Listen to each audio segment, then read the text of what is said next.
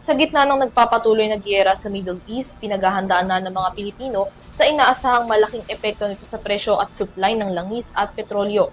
Sa susunod na linggo, inaasahang papalo sa halos 15 pesos ang posibleng maging dagdag sa singil sa kada litro ng produktong petrolyo. Alamin ang detalye sa report ni Criza Lopez. Nagbabadya ang malaking dagdag presyo sa produktong petrolyo sa susunod na linggo sa gitna ng palitan ng putukan sa gitnang silangan. Batay sa pagtataya ng mga kumpanya ng langis, aabot sa 7 piso kada litro ang dagdag sa presyo ng gasolina, habang 15 piso naman para sa produktong diesel.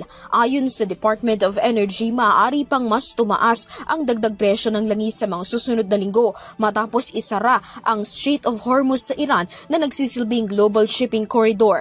Nauna nang inanunsyo ni Pangulong Ferdinand Marcos Jr. ang pamamahagi ng fuel subsidy sa mga sektor na direktang tatamaan ng pagsirit ng presyo ng petrolyo. Iginiit din ng Pangulo ang plano niyang humiling sa Kongreso na bigyan siya ng kakayahan na tanggalin o suspendihin ang excise tax sa produktong petrolyo. Nitong Miyerkules na nawagan si Senator Cheese Escudero na repasuhin ang Tax Reform for Acceleration and Inclusion o TRAIN Law na magbibigay ng kapangyarihan sa Pangulo na suspendihin o babaan ang tax sa gitna ng krisis. Gayon din, nanawagan na ang Grupong Makabayan Bloc sa Administrasyong Marcos na aksyonan sa lalong madaling panahon ang nagbabadyang pagtaas ng langis. Binatikos ng grupo ang administrasyon sa umano'y pagsasawalang bahala ng gobyerno.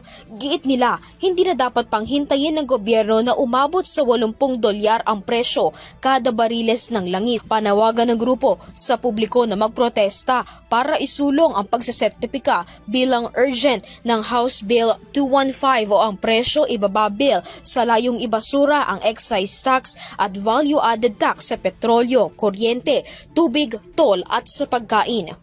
Para sa EuroTV News, Criza Lopez, sumasaludo sa bawat Pilipino.